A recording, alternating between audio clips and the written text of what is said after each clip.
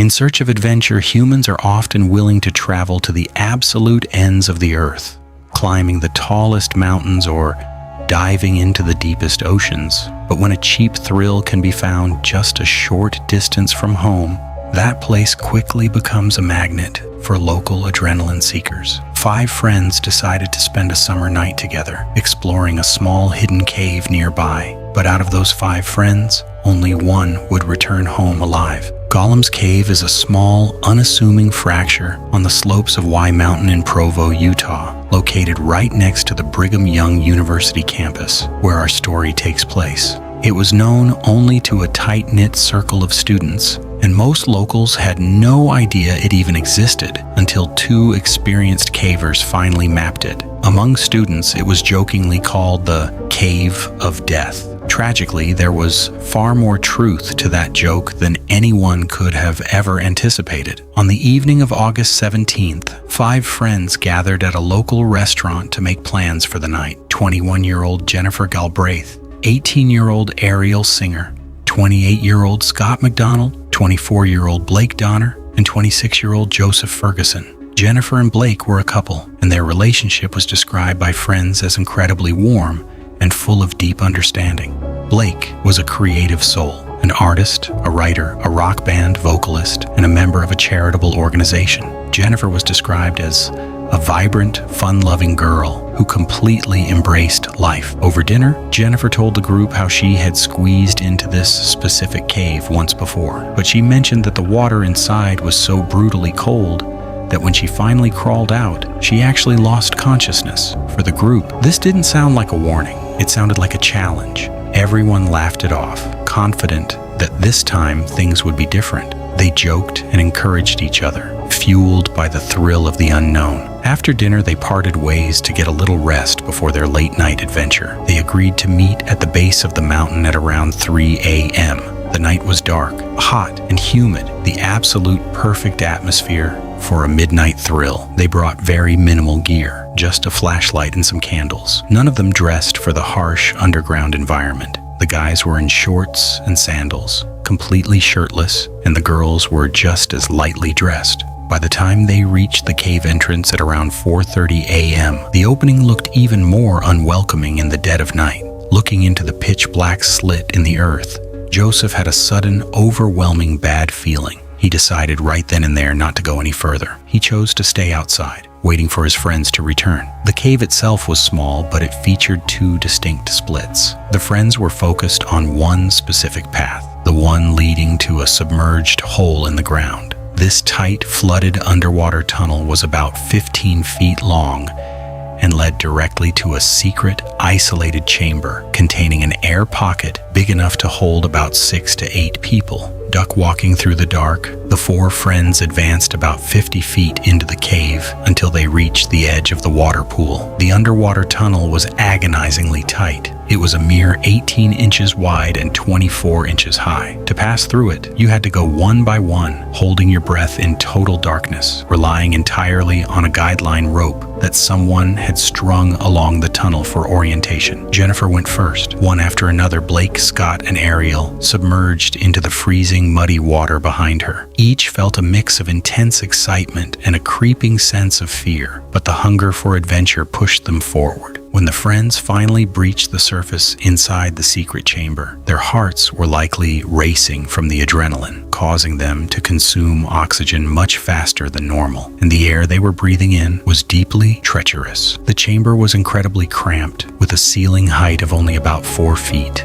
The freezing water came all the way up to their chests, leaving only about 3 feet of airspace above the surface to breathe. What the friends did not realize was that inside this completely sealed, unventilated pocket, an invisible, deadly chemical shift was already taking place. Due to the absolute lack of ventilation, the oxygen level in the air was rapidly dropping, while the concentration of carbon dioxide was skyrocketing. This deadly buildup was caused by the decomposition of organic matter in the water, the natural erosion of the limestone, and the candles that rescuers would later find in the chamber. Whether the friends lit those candles themselves or they were left by previous explorers remains unknown, but their own heavy, rapid breathing only accelerated the danger. In fresh outdoor air, the concentration of carbon dioxide is a tiny 0.04%. The recommended safe limit for an enclosed room is 0.5%, which is already the maximum concentration considered harmless for a limited time. But inside that chamber, the carbon dioxide levels had reached a lethal 7 to 10%. The symptoms of carbon dioxide poisoning are slow and insidious. At first, they might have felt a mild dizziness, weakness, or lethargy, which they easily could have blamed on exhaustion or the numbing cold of the water. But gradually the symptoms became severe: a violently racing heart, labored breathing, and a rapid clouding of consciousness. Jennifer was likely the first to realize that no matter how hard she gasped for air, the terrifying feeling of suffocation wouldn't go away. She panicked, told her friends, and they realized they had to get out immediately. She grabbed the rope, took a deep breath of the toxic air, and dove back into the flooded tunnel. But as she tried to swim through the tight squeeze, her body, profoundly weakened by the lack of oxygen and the heavy carbon dioxide poisoning, began to shut down. At an oxygen concentration of 10 to 12%, which is half of normal levels, a human has only about 60 seconds of breath hold capability before completely blacking out. If she lost her grip on the rope, finding the exit would require a slow, desperate feeling along the ceiling of the muddy tunnel in pitch darkness.